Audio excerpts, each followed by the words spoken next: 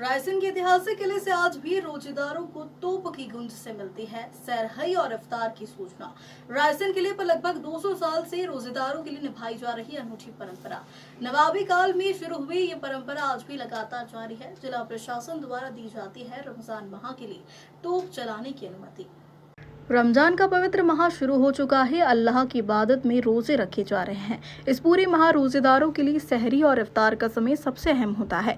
आजकल जहां आधुनिक संसाधनों से सहरी और इफ्तारी की सूचना देने का चलन है, वहीं मध्य प्रदेश का रायसेन जिला ऐसा है जहां आज भी परंपरागत और अनूठे तरीके से सहरी और इफ्तारी की सूचना पहुंचाई जाती है, जिसके तहत रायसेन के किले पर सहरी से पहले और शाम को इफ्तारी के वक्त तोप दागने की परंपरा है, जो आज से नहीं बल्कि 200 साल से चली आ रही है। यही नहीं, यहाँ हिंदू परिवार के सदस्य भी ढोल पीटकर रोजेदारों को जगाते हैं। मध्य प्रदेश की राजधानी भोपाल से करीब 47 किलोमीटर दूर रायसेन जिला बसा हुआ है। यहाँ रमजान माह में सुबह लगभग शाम के वक्त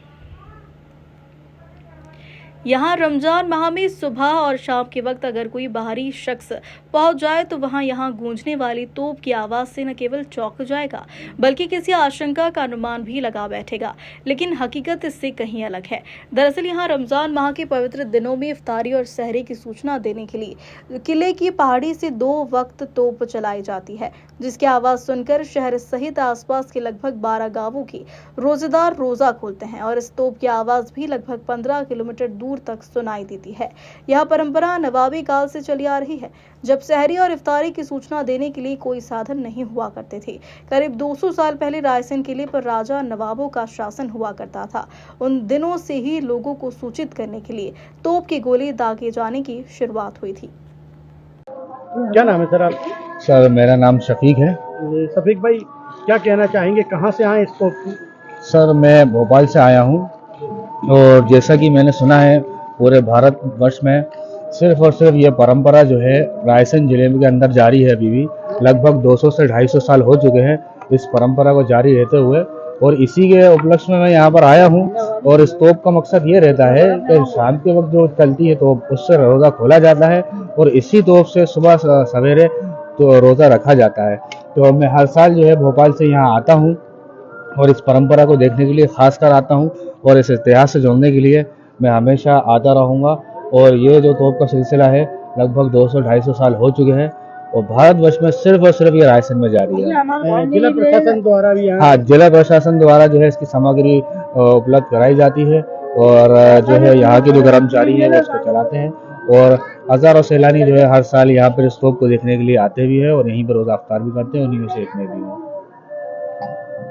सर क्या नाम है आपका? जी, मेरा नाम सैयद वकास है। क्या कहना चाहेंगे इस ऐतिहासिक तोप के बारे में? सर हमारे रायसेन को इस ऐतिहासिक तोप के से पूरे मध्य प्रदेश में जाना जाता है और एक और अनोखा काम है जो सहरी के वक्त हमारे रायसेन में किया जाता है। ये ढोल बजते हैं सहरी स्टार्ट होने के टाइम पे और सहरी खत्म होती है उससे 10 मिनट पहले वो ढोल बंद हो जाते हैं, जिससे वो पूरी आवाज़ किले से पूरे रायसेन तक जाती है।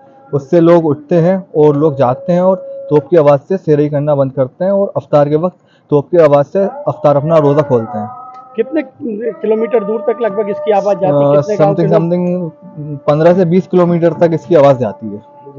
आप कैसे इसी से रोज अफ्तारी करते हैं? हाँ जी, हम तो सब बचपन से इसी से रोज अफ्तार करते हैं और सहरी इसी से ही करते हैं। सर क्या नाम है आपका? जी, मेरा नाम सैयद वकास है। क्या कहना चाहेंगे इस ऐतिहासिक तोप के बारे में? सर हमारे रायसेन को इस ऐतिहासिक तोप के से पूरे मध्य प्रदेश में जाना जाता है और एक और अनोखा काम है जो सहरी के वक्त हमारे रायसेन में किया जाता है। ये ढोल बजते हैं सहरी स्टार्ट होने के टाइम पे और सहरी खत्म होती है उससे 10 मिनट पहले वो ढोल बंद हो जाते हैं, जिससे वो पूरी आवाज़ किले से पूरे रायसेन तक जाती है। उससे लोग उठते हैं और लोग जाते हैं और तोप की आवाज़ से सहरी करना बंद करते हैं और अफ्तार के वक्त तोप की आवाज़ से अफ्तार अपना रोज़ा खोलते हैं। कितने किलोमीटर दूर तक लगभग इसकी आवाज़ जाती है? समथिंग 15 से 20 किलोमीटर तक इसकी आवाज़ जाती है। आप कैसे इसी से रोज अफ्तारी करते हैं? हाँ जी, हम तो सब बचपन से इसी से रोज अफ्तार करते हैं और सहरी इसी से ही करते हैं। क्या नाम है आपका? मोहम्मद शाहिद। शाहिद भाई, क्या कहना चाहेंगे क्या इस तोप के बारे में? सर ये तोप तो ऐतिहासिक तोप है। यहाँ पर सबसे पहले रमजान मुबारक के अंदर ऊपर सहरी के लिए जगाया जाता है, जिससे रोज़ा चालू होता है। सहरी करते हैं, ऊपर नगाड़े बजते हैं और 2:35 से बजते हैं तो सुबह 4 बजे 35 मिनट तक के बजती है। उसके बाद ये तोप चला के इसको नगाड़े का एक आकाशन करा जाता है कि बंद कर दिए।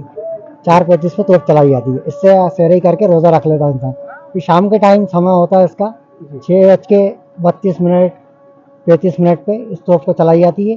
फिर इससे रोज़ा खोला जाता है और ये प्रशासन द्वारा मिली जाती है रायसेन कलेक्टर से।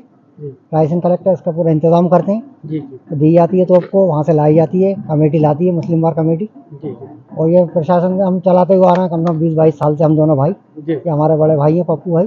जी जी। तो दोनों आप कर रहे हैं, आपके जी। पुरखे या इस ये परंपरा को परंपरा से चली आ रही है हमारे पुरखों से। हमारे क्या नाम है सर आप? सखावतुल्लाह पप्पू। पप्पू भाई, कितने सालों से आज आप ये रमजान के लिए तोप चलाते आ रहे हैं, जिससे अफ्तारी करते हैं और सहरी करते हैं? तकरीबन 25-26 साल हो गए मुझको ये कार्य करते हुए और इस काम को अंजाम देते हुए। और अफ्तार के टाइम, शाम की टाइम जब ये तोप चलती है, इससे अफ्तार किया जाता है। और शाम को रात में तकरीबन 4 साढ़े 4 बजे के करीब तोप चलाई जाती है, जिससे ये संकेत दिया जाता है कि अब सहरी का वक्त खत्म हो गया है, अब कोई खाना पीना बंद कर दिया जाए। आपके परिवार के लोग कितने सालों से लगभग ये तोप चलाते हैं? तकरीबन जब से मैंने होश संभाला है, उससे पहले मेरे चचा चलाया करते थे जो इस दुनिया से चले गए हैं।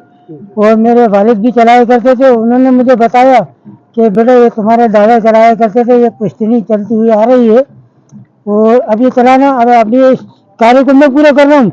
अब कुछ साल बाद इस काम को मेरे बेटा करने के लिए तैयार है, वो करेंगे।